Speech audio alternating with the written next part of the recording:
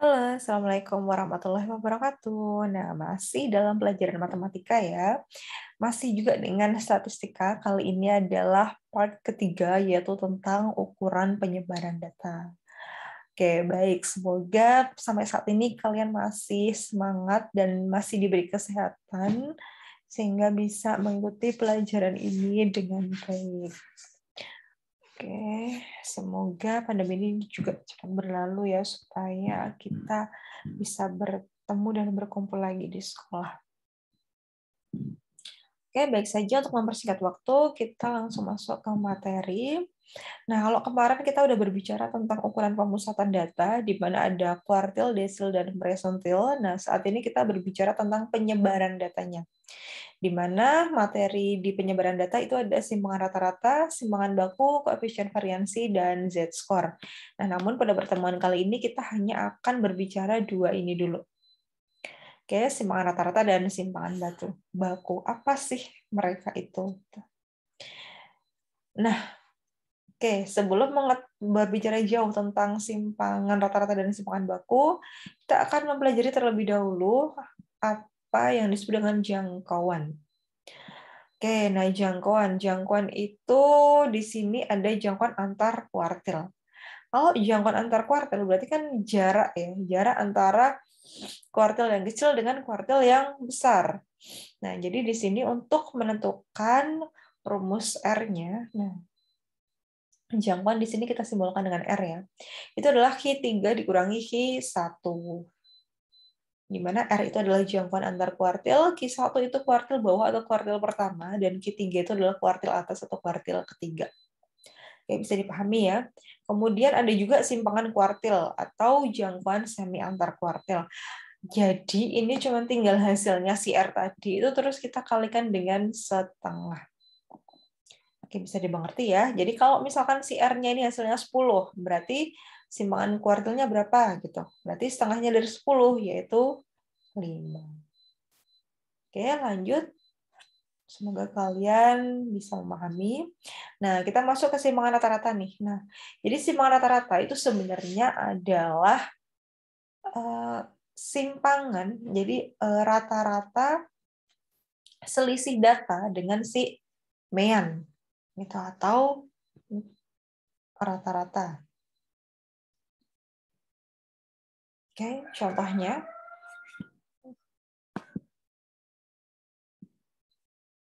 Nah, masuk ke rumus dulu ya, simpangan rata-rata.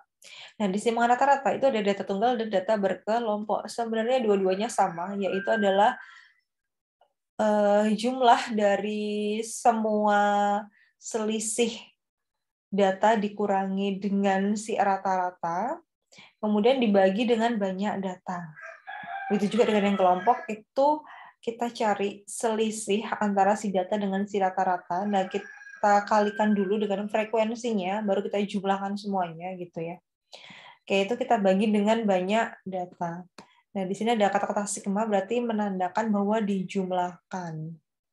Di sini juga ada jumlah semua si frekuensi dikalikan selisih data dikurangi rata-rata. Baru dibagi dengan jumlah si frekuensi atau banyak data semuanya.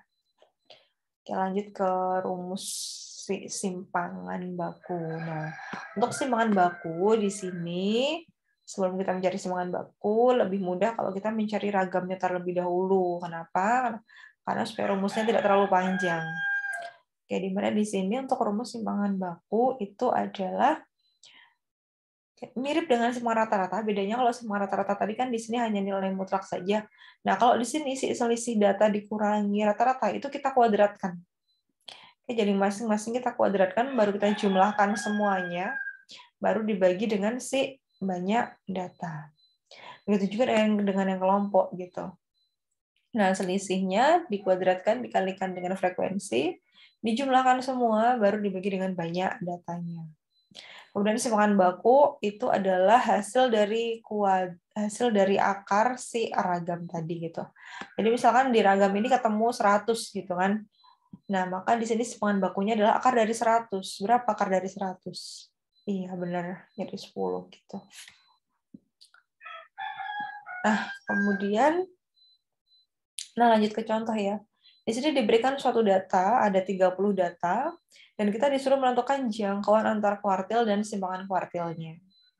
Oke, karena kita disuruh menentukan jangkauan antar kuartil, di mana rumusnya itu adalah Q3 dikurangi Q1.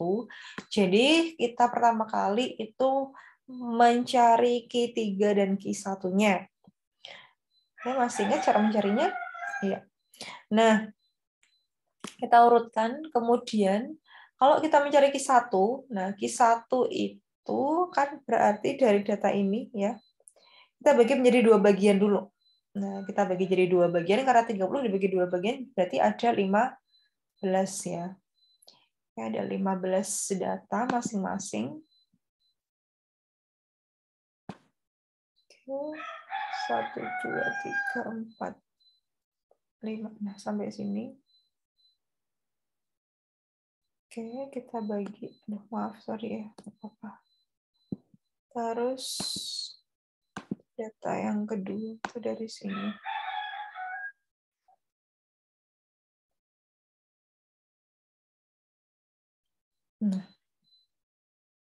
Nah, berarti Q1-nya berada di mana? Nah, Q1-nya di sini berada di tengah-tengahnya. Coba kita coret-coret aja, biar kita nemu tengah-tengahnya.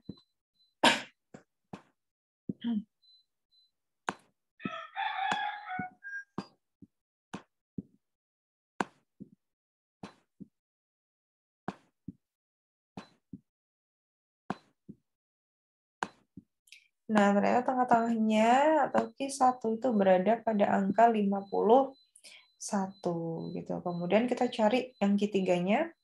Ya sama ya, kita coret juga. Coret supaya lebih mudah.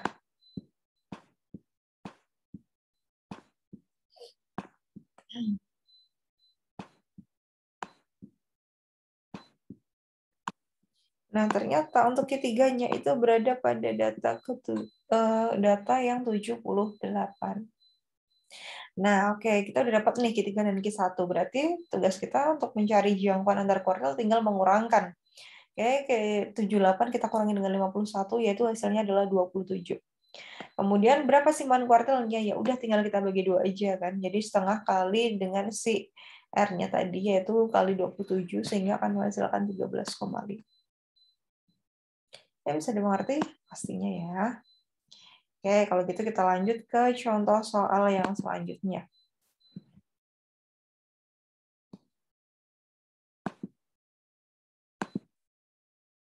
Oke, nomor 2. Sebelumnya kita hapus terlebih dulu.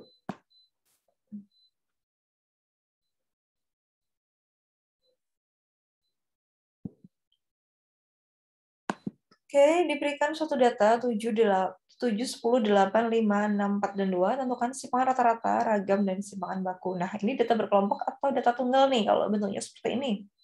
Iya, data tunggal karena jumlahnya juga kurang dari 30. Oke.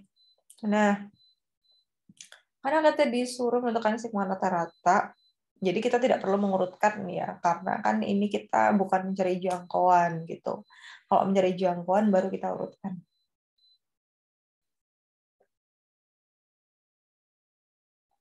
Oke, masuk ke pertama. Simpangan rata-rata itu kan rumusnya adalah selisih dari si data itu dikurangi dengan rata-rata. Berarti untuk langkah pertama kita menentukan rata-ratanya terlebih dahulu. Oke, di mana untuk rata-rata dari ini adalah berarti tinggal kita jumlahkan semua di sini. 7 tambah 10 tambah 8 tambah 5 tambah 6 tambah 4 tambah 2. Nih, kita tulis di sini. Kemudian kita bagi dengan banyak datanya. Banyak datanya ada 1, 2, 3, 4, 5, 6, 7. Oke, berarti kita bagi dengan 7. Nah, setelah kita jumlahkan, hasilnya adalah 42. Kemudian kita bagi dengan 7, jadi hasilnya adalah 6. Jadi rata-rata dari data ini adalah 6. Nah, baru kita bisa menentukan simpangan rata-ratanya. Nah, simpangan rata-rata itu tinggal kita kurangkan. Jadi masing-masing data ini, ya, masing-masing si data ini, itu kita kurangkan dengan si rata-ratanya. Nah, jadi kayak 2 kita kurangkan dengan 6. Terus 4-nya juga kita kurangkan dengan 6. 5 kita kurangin juga dengan 6. 7 kita kurangi 6. 8 kita kurangi 6. Dan 10 kita kurangi 6. Nah, 2 dikurangi 6 tuh berapa gitu. Hasilnya kan negatif 4. Tapi di sini kan ada tanda mutlak. Karena hasilnya negatif 4, maka dia tetap positif. Gitu. Jadi fungsi tanda mutlak seperti yang pernah kalian pelajari waktu kelas 10, nah dia untuk memutlakan itu adalah sama aja mempositifkan. Terus 4 dengan dikurangi min 6 gitu. Berarti kan dia hasilnya min 2 nih. Min 2 tapi kita mutlakkan jadi 2. 5 kurangi 6 min 1 kita mutlakkan jadi 1. 6 kurangi 6 0, 7 kurangi 6 itu 1, 8 kurangi 6 2, dan 10 kurangi 4 itu 10 kurangi 6 itu 4. Setelah kita jumlah, baru kita bagi dengan banyak datanya. Gitu. Jadi 14 kita bagi dengan 1/7, hasilnya adalah 2. Mudah sekali bukan? Pasti dong. Oke, lanjut ke contoh selanjutnya. Di sini kita mencari ragam. Nah, kalau tadi pada simbang rata-rata itu hanya dimutlakan, nah kalau di sini ingat dikuadratkan. Oke, 2 dikurangi 6 itu kan min 4 ya. Min 4 kan dikuadratin. Min 4 kuadrat berarti hasilnya adalah 16. 4 dikurangi 6 itu min 2. Min 2 dikuadratkan hasilnya adalah 4. 5 kurangi 6 itu min 1. Min 1 kuadrat itu 1. 6 kurangi 6 kuadrat itu hasilnya jadi 0 kuadrat. 0. 7 dikurangi 6 itu 1. 1 kuadrat 1. 8 kurangi 6 itu 2. 2 kuadrat itu 4. 10 kurangi 6 itu 4, 4 kuadrat ada 16. Nah, dari sini kita jumlahkan 16 sama 4, 20, 21, yang ini juga 21, berarti hasilnya adalah 42. Nah, setelah dapat 42, alias siragamnya, baru kita, belum siragam ya, jumlah sigma dari si selisih data dengan si rata-rata itu baru kita bagi dengan si banyak datanya, gitu dikalikan 1/7 atau dibagi 7, jadi hasilnya adalah 6. Nah, sehingga simpangan bakunya itu kan adalah hasil dari ragam ya, akar dari ragam. Jadi akar dari 6, dan akar dari 6 itu menghasilkan 2,45. Tapi kalau kalian ketemu soal di pilihan ganda dan hasilnya itu ada akar 6, ya udah kalian pilih aja akar 6 itu gitu. Nggak perlu sampai dicari hasil pastinya. Oke, kemudian lanjut ke nomor 3. Nah, kita lihat nih di sini nih. Bentuknya seperti ini. Jelas ini apa nih? Iya, ini adalah bentuk dari data frekuensi berkelompok. Dan di sini sama, kita disuruh menentukan simpangan rata-rata, ragam, dan simpangan baku. Oke, nah untuk mempermudah kita buat tabel seperti ini, di mana isinya adalah ukuran dan frekuensi. Nah, ini ukuran, ini frekuensinya ya. Nah, kemudian sama seperti yang kemarin cara kita mencari nilai rata-rata. Kenapa? Karena untuk mencari rata-rata, untuk mencari simpangan rata-rata, kan kita harus tahu rata-ratanya terlebih dahulu gitu kan. Jadi caranya sama seperti kemarin pas waktu mencari rata-rata pada data berkelompok. Yaitu kita mencari nilai tengahnya ya, atau XI di sini. Ya, di sini dari 10 sampai 14, berarti ada berapa nih panjang kelasnya? 10, 11, 12, 13, 14. Nah, oh berarti panjang kelasnya 5 nih. Karena 5 panjang kelasnya, berarti tengah-tengahnya itu kan berada pada data ketiga gitu kan. Ya udah, berarti data ketiga dari 10. Berarti yang di sini adalah 12. Data ketiga dari 15 yaitu 17. Data ketiga dari 20 berarti 22. Dari 25 berarti 27, dari 30 berarti 32, data dari 35 yaitu 37. Oke, nah setelah itu ini sudah tinggal kita kalikan si nilai tengah dengan si frekuensi. Oke, kita kalikan 12 kali 6 itu 72, 17 kali 4 itu 68 dan seterusnya sampai 37 kali 2 yaitu 74. Nah, setelah itu kita mutlakkan nih. Belum kita mutlakkan, sorry. Kita mutlakkan hasil pengurangan si datanya ini dengan si rata-rata. Ingat ya, data dengan rata. Data dengan rata-rata. Nah, tapi kan rata-ratanya kita belum dapat ya. Nah, jadi kita cari dulu rata-ratanya. Rata-rata itu kan adalah jumlah semua data dibagi dengan banyak data kan. Nah, jumlah semua data udah kita bisa dapat nih dari ini tadi hasil perkalian frekuensi dengan si nilai tengah kita kaliin, itu nih kita jumlahin semua. Jadinya 1200 30 gitu. Terus kita bagi dengan frekuensinya yaitu 50 sama dengan 24,6. Nah, sehingga kita perlu menambahkan jumlah kolom di sini untuk yang data berkelompok, di mana X dikurangi X bar atau nilai rata-rata. Nah, nilai X-nya berapa? Nilai X-nya kita ambil si nilai tengahnya tadi ya. Nah, 12 ini kita kurangi dengan rata-ratanya itu tadi 24,6. Sehingga akan menghasilkan 12,6. Begitu juga dengan yang kedua, ya, yang dengan kedua di sini adalah selisih dari data dikurangi rata-rata, datanya tadi 17 dikurangi 24,6, jadinya 7,6. Kemudian yang ini 22 gitu kita kurangi dengan 24,6, jadi hasilnya adalah 2,6. Oh ya, sebenarnya di sini kan 22 kalau kita kurangi dengan 24 itu kan hasilnya sebenarnya minus. Tapi tetap kita bikin positif gitu ya. Nah, setelah itu baru nih, setelah dapat selisihnya, baru kita kalikan dengan masing-masing frekuensinya gitu. Jadi dari ini kita kalikan dengan si 6.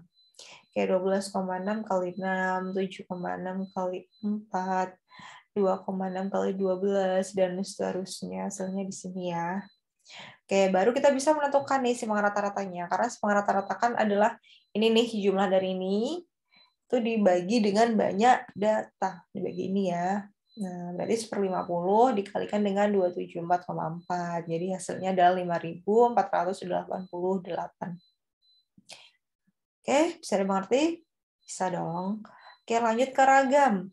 Nah, ragam itu berarti kalau bedanya kan cuma di sini ya. Kalau ini di mutlak, kalau ragam di kuadrat.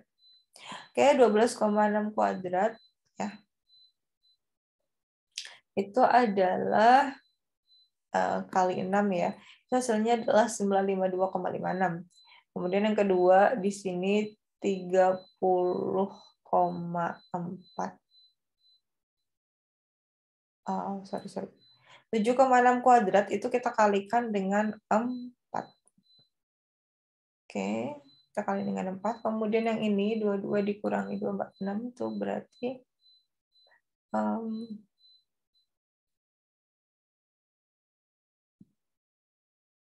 ini nilai tengahnya kita ambil ya.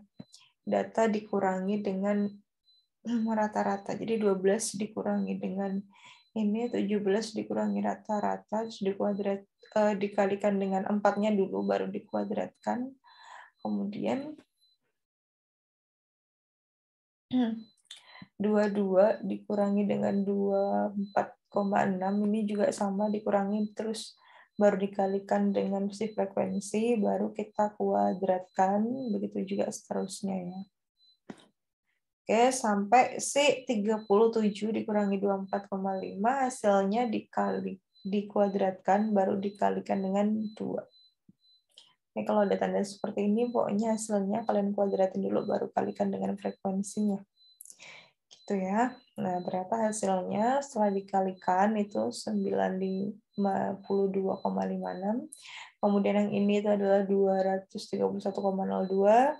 Sampai yang terakhir ini hasilnya adalah 307,52. Nah, semuanya kita jumlahin sehingga ketemulah ragamnya 2112.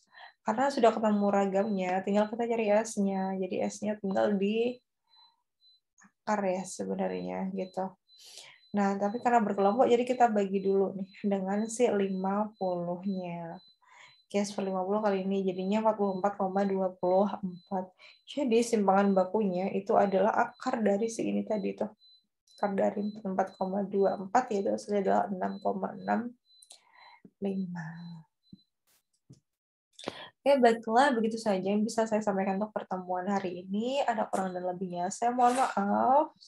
Tetap semangat selalu, tetap patuhi protokol kesehatan dimanapun kalian berada. Wassalamualaikum warahmatullahi wabarakatuh. Terima kasih. Silakan lanjut ke tugas.